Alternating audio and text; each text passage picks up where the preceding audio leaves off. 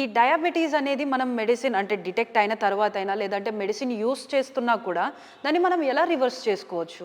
మనం ప్రారంభించి 5 సంవత్సరాల లోపు ఉంటే మీరు ట్యాబ్లెట్లు వాడుతుంటే నిదానంగా క్రమేణా తగ్గించుకునే చిట్కాలు అందుబాటులో ఉన్నాయి.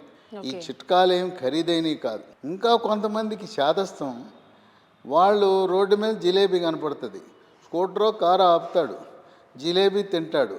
ఆయన అంటాడు, వాళ్ళు జిలేబీ తిన్నాను కనుక ఒక ట్యాబ్లెట్ డోస్ ఎక్కువ వేసుకుంటా అంట. అట్లాంటి పనులు చేయకూడదు. షుగర్ అనేదానికి దూరంగా ఉండాలి.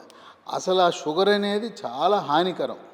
నేను అందరికీ చెప్పేది ఏంటంటే, ఆరోగ్యవంతులకు కూడా మీరు షుగర్ మానేయండి. షుగర్లో అనేక రకమైన రసాయనాలు ఉన్నాయి. దానివల్ల నరాల బలహీనత వస్తుంది, క్యాన్సర్ వస్తుంది. ఎందుకది?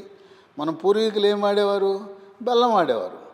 బెల్లం వాడటంలో కూడా నల్ల బెల్లం వాడాలి. తెల్లగా ఉందని ఆ తెల్ల బెల్లం జోలికి వెళ్ళదు, మళ్ళీ దాంట్లో కెమికల్స్ ఉంటాయి. నల్ల బెల్లం అసలు అన్నిటికంటే బ్రహ్మాండం తాటి బెల్లం.